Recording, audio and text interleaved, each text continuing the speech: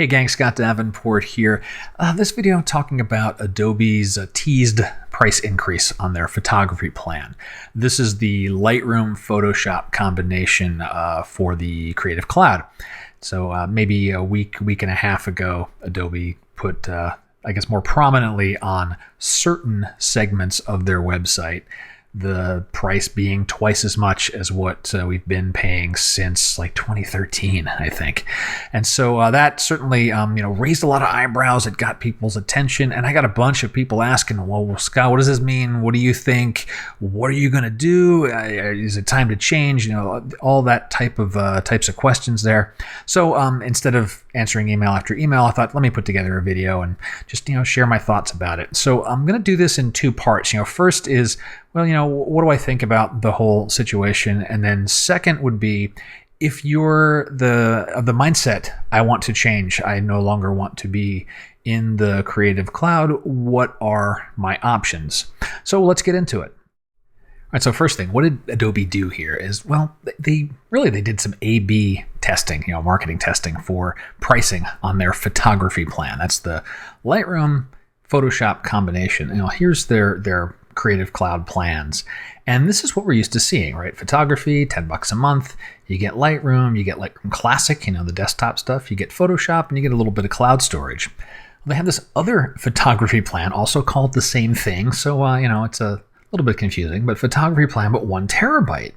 And that's where we see the jump to $20. So it's the same applications, more cloud storage. And Adobe kind of made this more prominent on some of their websites, at least in certain regions. I think they were, showing this in one fashion in one segment of their web presence, and then in the fashion we've been used to seeing it in another. It obviously caught people's attention. So let's go from the point of view of, for the moment, let's assume that the $10 a month went away. Would I be changing today? No, it's just not. It's not enough of a change for me. Is it a pretty steep price hike? Yeah, and the extra storage, I probably wouldn't use it, but I'm trading that off against time investment to lift all of my photography and move it to some other tool. I've been forced to do that once before. When Apple stopped development of Aperture, I had a library, a healthy amount of photos. It took 8 months to move all that stuff.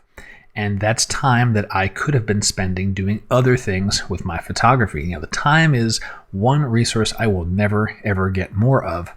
And so there needs to be a pretty significant shift for me to say, all right, I need to find something different. Like, for example, if Adobe decided, well, everybody's going to get the all apps cloud offering and it's $50 a month for the rest of your life.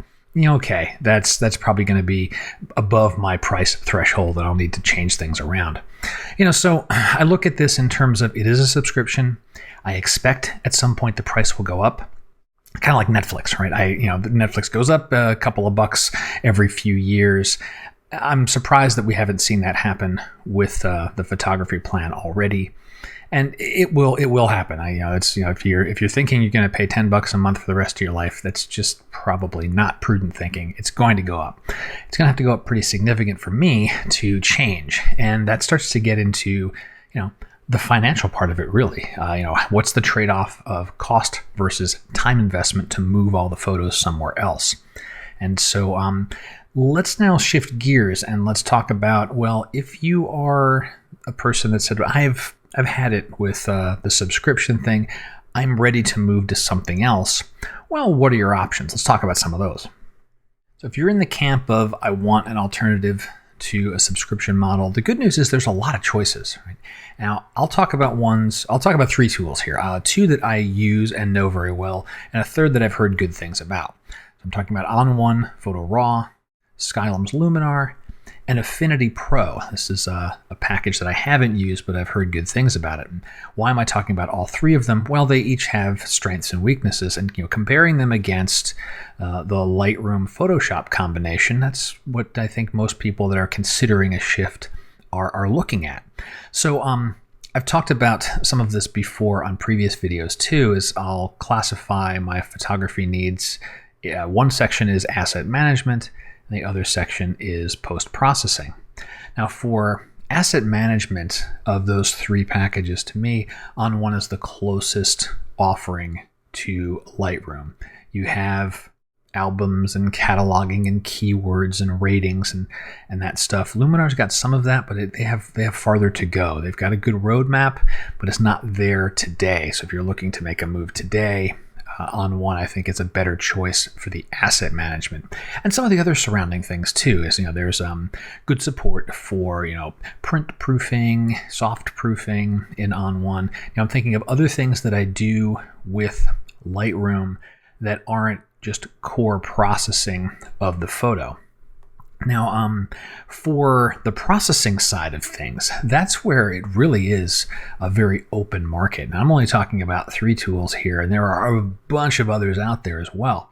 So if you've got your asset management sorted out, you can cherry pick and choose whatever applications make sense for you. But thinking about, On1 and Luminar, both of them are really strong for post-processing. Affinity Pro is closer to Photoshop, and so some of the more advanced things that one would do in Photoshop, you could look to Affinity Pro. You start piecing together the pricing on these things, right? So Photo Raw, about $100. Luminar, you find a appropriate coupon code online. I've got one of them. You get that for about $50, and Affinity Pro is about $50. So if the Lightroom plans and Adobe plans bump up to $20 a month, which would be $240 a year, you can actually get all 3 of these things for less of that. And if you're not the type of person that's upgrading your software year after year, well, then that's a cheaper alternative. Even for the cost of a single year, it's less to just buy non-Adobe applications a la carte.